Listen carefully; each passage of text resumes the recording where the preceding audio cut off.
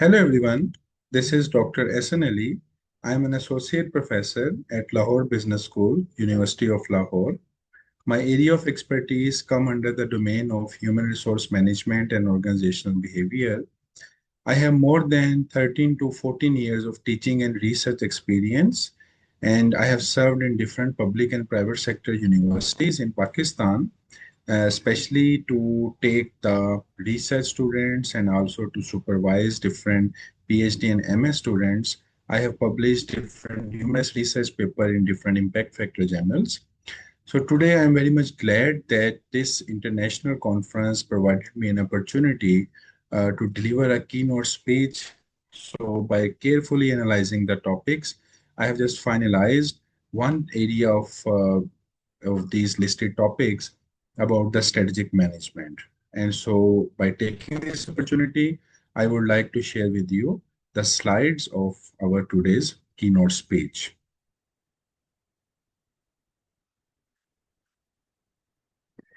So this is basically the main title of this keynote speech, Strategies in Action, Research Informed Strategic Management. So as I talked you earlier, that this is the domain come under the strategic management.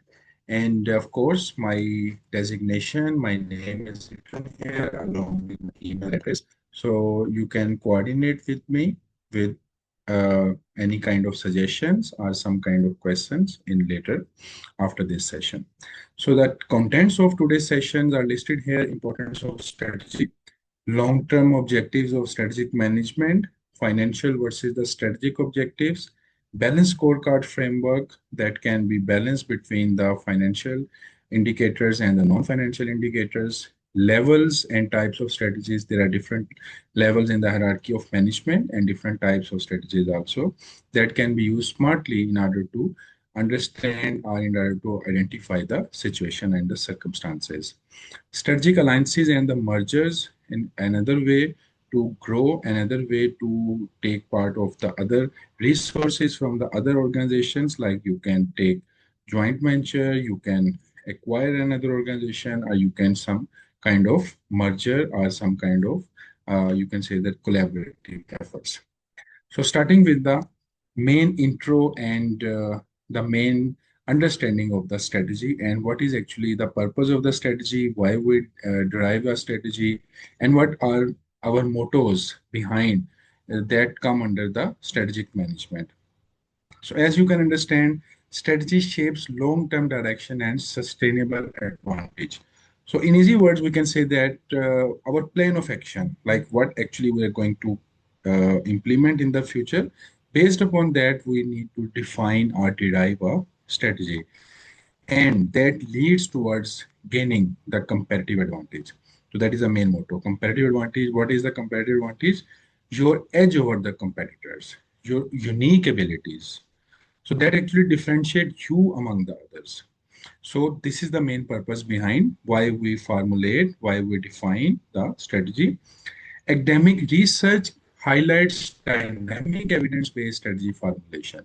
So there are a number of researches that are actually conducted based on how to define a reliable or worthful strategy that can lead towards a competitive advantage in the future.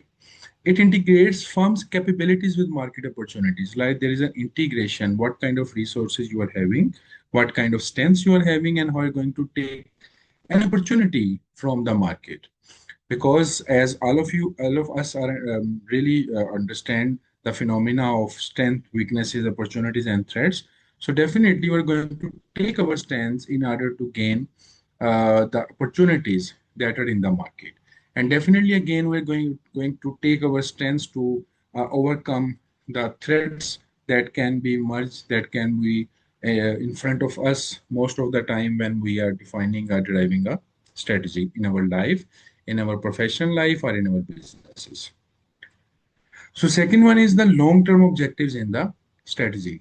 So your objectives that are, you can say that written for a longer period of time, more than a year, that must be quantifiable. Very important thing. Like you can quantify it, that not be a fiction based, that cannot be on a way that cannot be measured in numbers. Realistic, as I talked earlier, not fiction based, on based upon the reality.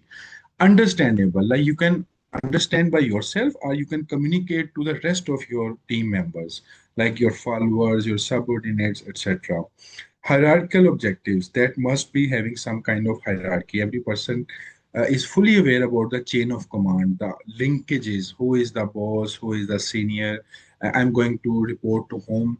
So number of things are must be in that particular hierarchy. Then guides operational, tactical, and strategic activities, like the strategies that are derived at the top level, that must be come under the business level or the operational level mechanism, and finally the lower level mechanism. So that must be, you can say that a proper hierarchical communication from top to bottom and again from bottom to top. As Hamel and Paraheld 1994 said that strategic intent shapes competitive advantage. Like if you have having a such kind of intent with you, you are having a strategy that actually lead you towards the gaining your competitive advantage, your edge over your competitors. Next, we have financial versus the strategic objectives. As I talked in the start of the session, that financial and the non-financial indicators are there. That can be your revenue growth, your return on investment, your stock price, like the share price of your own company. The strategic, or you can say that other objectives can be the market share, the innovation, the customer satisfaction. That is basically a non-financial indicator. The first one are the financial indicators, and these are the non-financial. In the later slide, I'll just discuss with you how to balance between these two. So, what is basically the main motto? You're going to take the financial also for the non-financial indicators in order to get more secure, more worthable, and in order to enhance your market share. And the author basically said that strategic matrices predict long-term success. It's very obvious that if the strategic matrices are there, then definitely it can lead towards the long-term success, right? Next, we have the balanced scorecard framework, as I'm talking earlier, that Kaplan and Norton 1996 integrates financial and the non-financial indicators because there is a need to integration between these two indicators. Then it becomes a balance. Aligns vision, the strategy, and operational activities because whenever the company is going to start a longer term direction, then definitely the company must have a vision. What is basically the targets, like what you want to become in actual. Then again, mission is there, your strategies are there, again, the plans are there. So it's a basically signifying way. So vision is there, strategy is there, and the operational activities. There must be alignment between each and every aspect. Then balance is basically improve strategic decision making and the accountability. If there is a balance between the financial and the non-financial indicators, if there is a balance between or alignment between your top level, middle level, and the function level strategies, a balance between your vision, mission, and your strategy and the operational activities, then it must lead towards a good decision making, and accountability is also there. Levels of strategies, very important one. Most of the time we're just taking these things in a number of ways, but I'm just going to summarize based upon the researchers statements. Corporate level strategy, the overall direction, that is basically going to define at the top level of the organization, at the top level of the hierarchy. Then the same corporate level strategy direction come under the business level dimension. For instance, the market positioning, the strategy can be the development of the new image of the company. It comes on the functional and the operational level, like department wise. The HR, finance, marketing, and other departments are there. The hit and island set on the multi-level strategic integrations. Basically, the purpose of that, if the decentralization is there, centralization is there, whatever the way of you can say that business you are doing, the way of comparative strategies you are opting, as I'm discussing in the coming slide, like Michael E. Portal suggested a different business level strategies. So, but the point is that there must be an alignment between all levels of strategies, starting from the corporate, business, functional, and at the tactical or the operational level. Okay, now I'm just talking about the different types of strategies after the level of strategy. The types of strategy, the leading one, market penetration strategy. When you are talking about dealing with the same product in the same market but with aggressive marketing campaign, you are like starting a new marketing campaign, you are just investing on the aggressive marketing, so then it can come under the domain of a market penetration strategies. It can increase the market share in the existing market. Aggressive marketing, promotions, price competition, etc. The examples can be Coca-Cola boosting the sales via regional campaigns, or many other companies are there that are actually putting their efforts in order to providing the good campaign in the market. Let's say I'm just talking about in Pakistani example, the Walls Unilever ice cream was like you can say that at the top level, like some number of years back. Then the Omor ice cream came. This ice cream is basically backed by the Anglo Food, and that are aggressively putting the marketing campaign after launching that ice cream. But the marketing was aggressive, so then we are just fully aware about that. This is actually another alternative option is there. So that company like create its own space and capture the market share. So this is how the market penetration strategy works. Next, we have market development strategies. The word market development itself defining the main phenomena, the main aspect, concept of that, that when you are developing in your market, for example, you are just talking about you're dealing in the same product but in different markets. Like you can move to other geographical areas, other demographical areas. Let's say in different countries. Let's say I'm going to talk about the example of Pakistan. We have different cities. For example, in Punjab, if one company is currently in Lahore and moving toward another city, let's say Islamabad, then it can, the movement of that from the one territory to another territory is actually dealing with the market development strategy. Expand customer base through new distribution or the segmentation, because now the segment will be different. Your customer may be different because you are in a new demographical area. International example is given here, Starbucks growth in the Asian markets. So Starbucks is basically when dealing in some other continent, like for example in Asian markets, in Pakistan, India, Bangladesh, Sri Lanka, then it's mean actually it's movement of market development, right? The next one, again, product development. The word also explaining you are dealing in the same market, but now you are adding new products in the same market. That is actually a product development strategy. It's another third type of growth strategy. When you are develop new or enhanced product for the existing markets, focus on the research and development and product innovation. The examples can be Apple's annual product launches. So Apple adding new product in the company like the AirPods, and then the other tablets or other kind of new addition of the product in the under the domain of Apple company. So actually it can be a product development, right? In other circumstances, there are other examples may also prevail, like in Lahore, Gourmet is a food chain, and it's continuously adding new product in the existing market, like beverages, like different kind of cakes, different kinds of other sweets. So this is actually adding new products in the same market. So just for getting more attention or getting more involvement from the customers, and customers because are fully satisfied with the brand name. And when you're adding new products in the same brand name, so we can trust easily on that particular brand. Diversification strategy, dealing in the same market, in the same product. Now there is a time to move to another market with different products. It's a diversification strategies, because now you are not in the same products are in the same market. Both are going to be different. It's known as a diversification. For example, enter related markets, Samsung Electronics, right? Unrelated is also diversification, because, for example, if the main perception of the customers are that this is a food product, right? The food product is there, and we're just thinking about that this is going to be provide us more food items.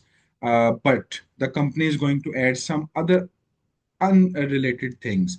Like again, I'm going to give an example of a gourmet bakers that is in Pakistan, a food product, our food brand in terms of as far as we are customers, they are providing us sweets, they are providing us different bakery items. Now, new initiative the gourmet company takes is to launch a furniture, right? So this is some sort of awkward things in order to accept the perception, and that is actually a unrelated diversification. If the gourmet company is going to add a new product, like they started a restaurant, because initially they are dealing in the food, and now they are just adding a restaurant. But again, restaurant falls under again the perception of the customer that okay, fine, it's a food product. Second, gourmet also added a catering services, like they are going to provide a facilitation to the customers to celebrate their wedding or to celebration of any birthday. They, on the behalf of the customer request, they're going to provide you the catering services, outdoor and the indoor.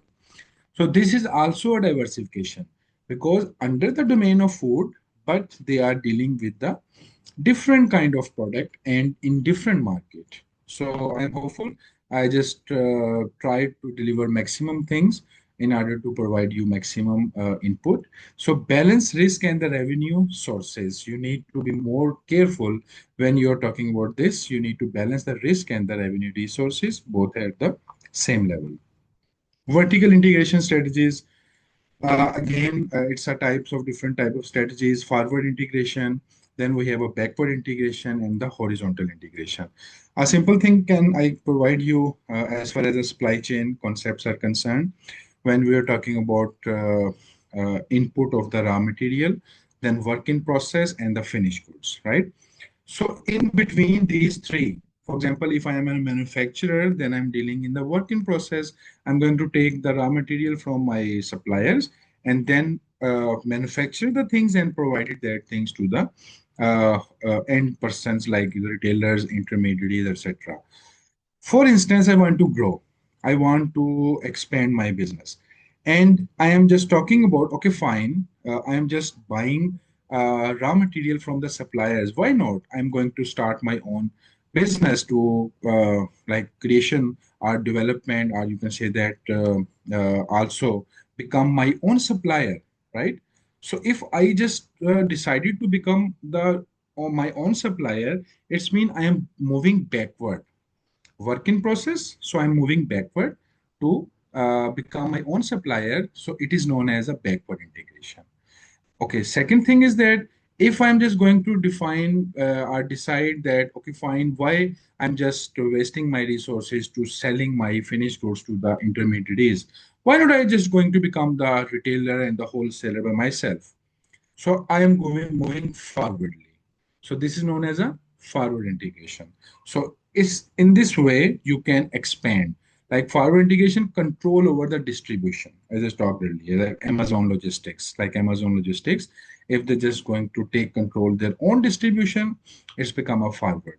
Backward control over suppliers, I just talked earlier. Horizontal acquire competitors. So it's a horizontal you can say the integration is also there when you just acquire your competitors.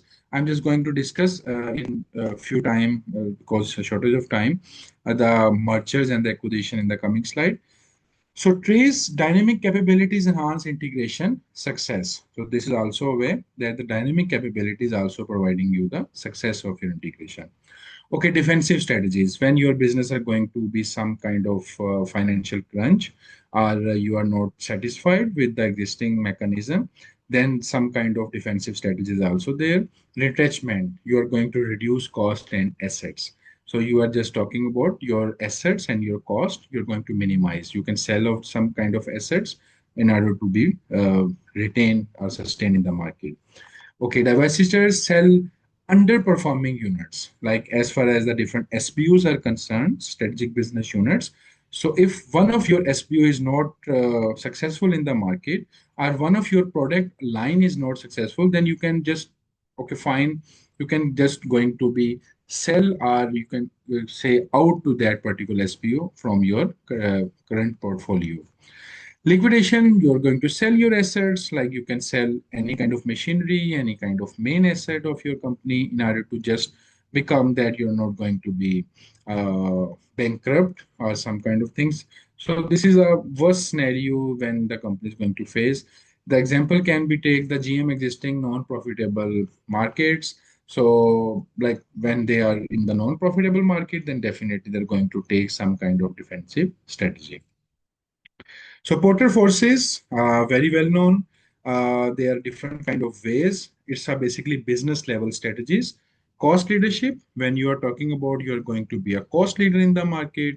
Differentiation, providing unique product, different product. The focus, just focusing on a single specific segment. This is basically a IK example of the cost leadership, the Rolex company, differentiate unique products, and the Tesla, like the focus, because this is not for the all. This is specifically for a specific persons. Strategic alliances and the mergers.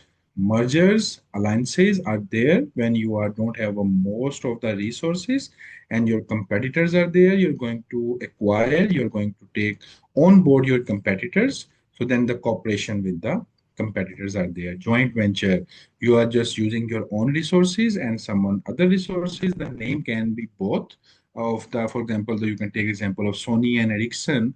So they launches a mobile, that's Sony Ericsson. So it's a basically joint venture between Sony and Ericsson company.